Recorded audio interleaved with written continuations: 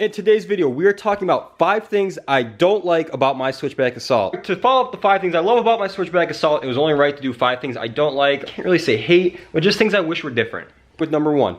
Number 1 is going to be the running boards. Yes, they are very grippy and hold your boots in very well, but I wish they were more ventilated for the snow to fall through, because this is going to cause a lot of issues riding in deeper snow. I could already see it caking up on here, and then once it gets warm, it's going to ice over and freeze. It's going to be a pain in the ass. I had running boards like this on my 2009 RMK, and the same exact thing happened, and I could already see that happening with these. Look at my Pro RMKs. They're nice and aired out. Snow and ice could fall right through here. And this is just going to cause a lot of buildup. So I wish that these running boards are a little bit more aired out. Second thing I don't like about my Switchback Assault, this was kind of my own fault, but the 1 3/8 inch track. When I was looking to buy the Assault, I was hoping for an 800 and a 2-inch track.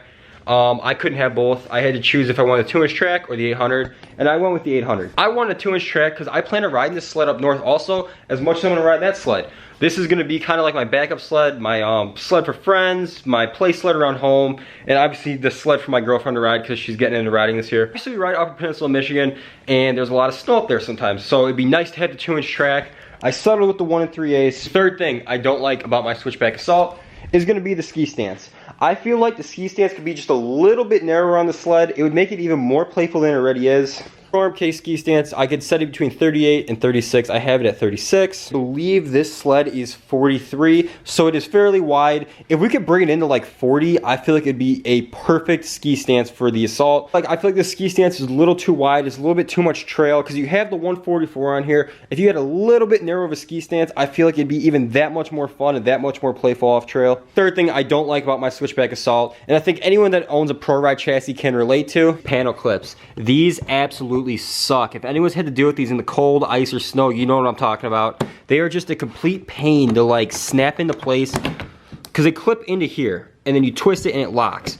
But the issue is when there's snow and ice buildup on these, they're near impossible to take on or off. And it's really a pain, especially when you're trying to put oil in your sled after a day of riding and everything freezes over in the morning. It sucks, they're a pain. Luckily, on the Axis chassis, players smartened up into these plastic twist locks, and they work a million times better than these metal garbage clips they gave you on the Pro Rides. Not a big deal, but it's just a pretty big pain. The fourth thing I don't like about my Switchback Assault, and I think a lot of Pro Ride owners can relate to this, is the fit and finish on these sleds is not the greatest. A lot of these panels don't seal up or line up that evenly. This happened, I've had 3 Pro Ride sleds, and it's been like this on all 3 of them. I think it has a lot to do with the panel clips I just talked about, but a lot of the fit and finish, like here, you can see some awkward gaps here. And then here, this is the biggest deal, is this is really awkwardly gapped out too. Same on this side, the panel kind of bulges out instead of hugs tight. It's kind of annoying to look at. There's really nothing I could do about it. It's just the way Polaris has the fit and finish on these. And if you come over and look at my 850, you can see everything is flush. There's no awkward gaps. It's all sealed up real nice, and it just looks really good. The fifth and final thing I don't like about my Switchback Assault is the seat.